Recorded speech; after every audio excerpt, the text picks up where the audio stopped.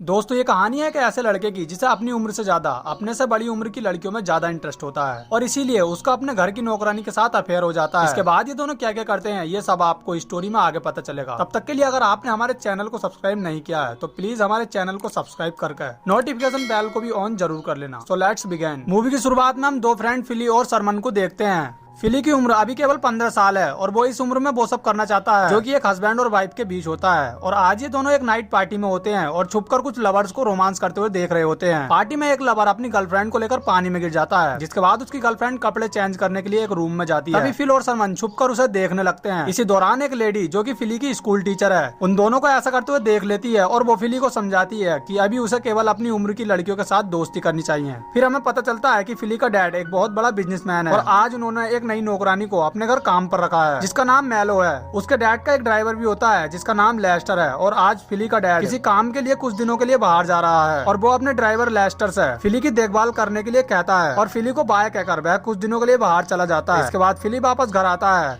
और वो मेलो के साथ बैठकर बात करने लगता है। इसी दौरान वो मेलो को काफी गंदी नजर से देखता है। हालांकि मेलो उसे नोटिस कर लेती है लेकिन वो उसे इग्नोर कर देती है और फिली गुस्से में वहाँ से चला जाता है। इसके बाद मेलो ड्राइवर के साथ किसी काम के लिए बाहर जाती है। तब फिली चुपके से उसके रूम में जाकर उसके सारे कपड़ों को एक एक करके देखने लगता है और वो मेलो को इमेजिन करने लगता है। फिर हम लेस्टर को देखते हैं जो कि मेलो से किसी को ब्लैकमेल करके उससे पैसे हड़पने की बात कर रहा होता है। इसके बाद हम रात का सीन देखते हैं जहाँ मेलो कपड़े चेंज कर रही होती है और फिली और सरमन उसे देख रहे होते हैं, लेकिन मेलो भी उन्हें देख लेती है, इसीलिए वो रूम की लाइट को ऑफ कर देती है और ये दोनों कुछ नहीं देख पाते और आज इनका सारा मूड खराब हो जाता है। फिर अगले दिन फिली उसे घूर कर देख रहा होता है, तभी उसकी साइकिल प्लांट से टकरा जाती है और फिली नीचे गिर जाता है। फिर जब रात को फिली डिनर करता है तभी मेलो उससे कहती है कि मैं जानती हूँ कि तुमने मेरे रूम में आकर मेरी ड्रेस देखी थी, लेकिन तुम मुझसे बात करने में इतना घबराते क्यों हो। दरअसल फिली को लड़कियों को कपड़े उतारते हुए देखना बहुत पसंद है, लेकिन लड़कियों से बात करने में उसे बहुत ज्यादा शर्म लगती है। इसके बाद जब रात को मेलो अपने कपड़े चेंज कर रही होती है तभी फिली उसे देख रहा होता है। तभी मेलो उसके पास जाती है और उसे अपने रूम में लेकर आती है और उससे कहती है कि अगर वह उसे कपड़े उतारते हुए देखना चाहता है तो उसने उसे पहले क्यों नहीं बताया। ये सुनकर फिली एकदम से शॉक्ड हो जाता है। इसके बाद मेलो उसे दरवाजा बंद करने के लिए कहती है और उसके सामने ही एक एक करके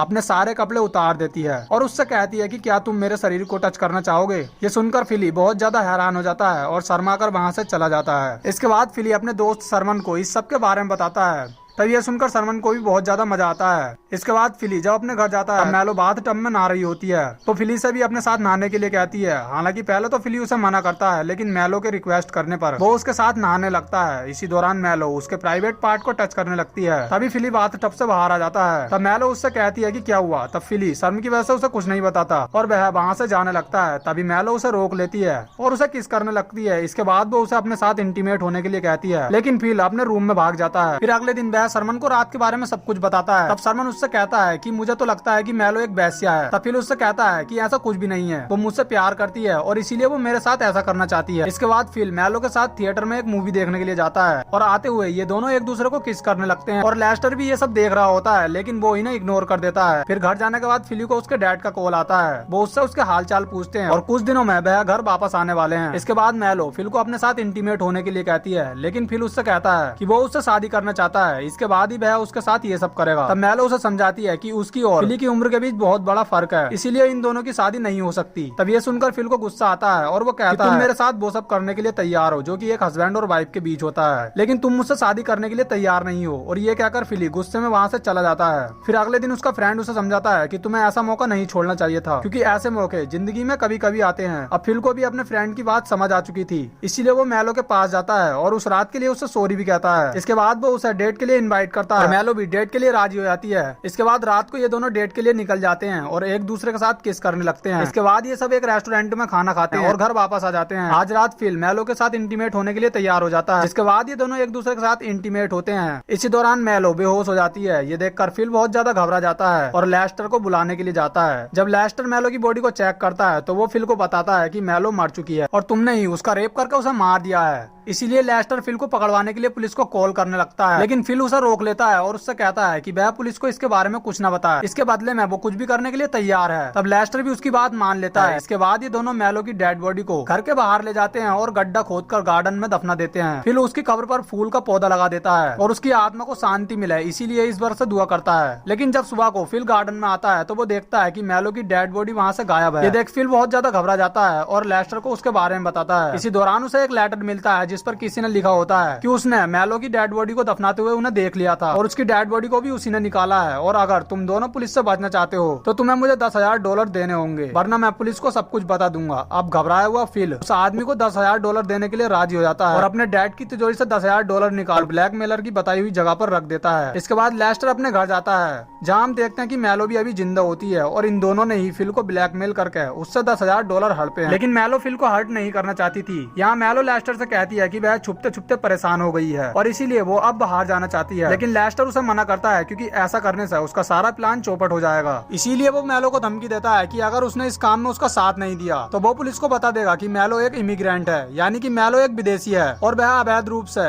इस देश में आकर रह रही है। और वो ये भी कहता है, वो पुलिस को ये भी बता देगा कि मैलो ने 15 साल के छोटे बच्चे के साथ अफेयर चलाया है और इसके बाद तुम्हें जेल में जाने से कोई भी नहीं रोक सकता।